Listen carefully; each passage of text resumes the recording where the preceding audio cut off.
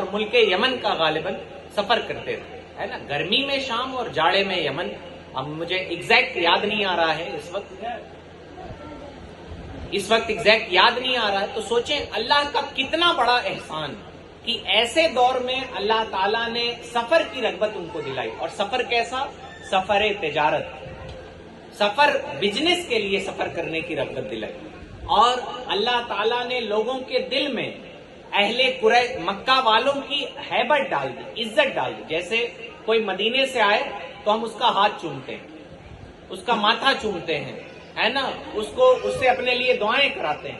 ایسے ہی اللہ نے اس زمانے میں بھی قریش کی محبت عرب والوں کے دل میں ڈال رکھی تھی. اور اس زمانے میں سفر اتنا آسان نہیں تھا کہ آپ بس پہ بیٹھے اور گورکھپور پہنچ گئے.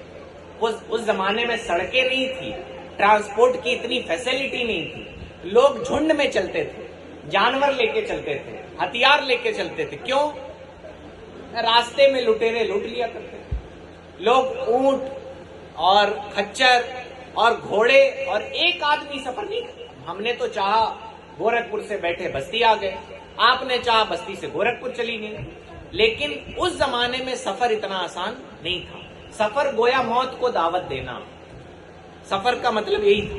لیکن اللہ تعالیٰ نے ایسے پرفتن دور میں اور ایسی پوزیشن میں ان کو سفر کی رغبت دلائی، تو یہ اللہ کا بہت بڑا احسان. اور دوسری بات جو اس سورے سے سمجھ میں آتی ہے وہ یہ کہ ہمارے دل میں اگر کہیں جانے کی رغبت ہوتی ہے، اگر ہم کوئی کام من لگا کے کر رہے ہوتے ہیں، تو ہمیں اللہ کا شکر ادا کرنا چاہیے. مثلا وسیم بھائی اسکول چلا رہے ہیں، اب من نہ لگے، اللہ نہ کرے، تو یہ اسکول نہیں چلا پائیں گے. تو یہ اللہ کا احسان ہے کہ آپ کا دل اللہ نے آپ کے ذریعے معاش میں لگا دیا.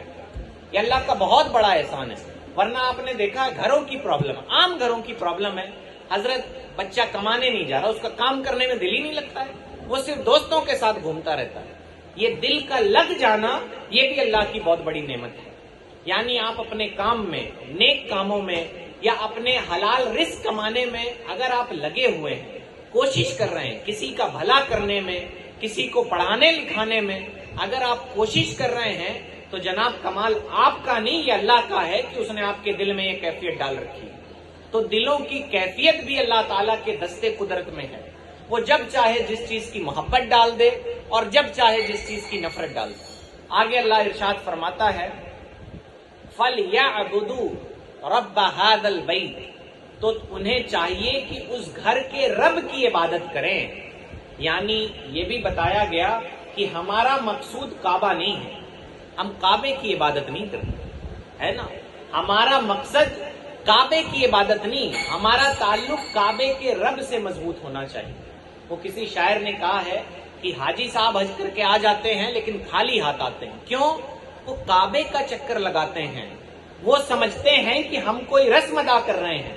انہیں سمجھنا چاہیے کہ اس گھر کو اللہ سے نسبت ہے، اس لیے یہ عزت والا گھر ہے. ورنہ دنیا میں اس سے خوبصورت ہزار گھر ہیں بظاہر، ہے نا، لوگ اس کے چکر کیوں نہیں لگاتے؟ اس گھر کو رب سے نسبت ہے، اس گھر کو اللہ پاک سے نسبت ہے. اللہ تعالیٰ نے فرمایا تو قریش کو چاہیے کہ گھر کی عبادت نہ کریں بلکہ گھر کے رب کی عبادت کریں، ہے نا. یعنی وہ اقبال نے کہا ہے نا کہ ستاروں سے آگے جہاں اور بھی ہیں، ابھی عشق کے امتحان اور بھی ہیں، قناعت نہ کر عالم رنگ و بو پر، زمین اور بھی آسماں اور بھی ہیں.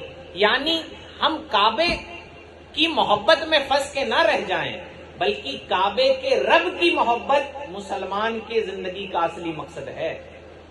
یہ سارے راستے ہیں. ہم نماز پڑھتے ہیں تو یقیناً ہمیں نماز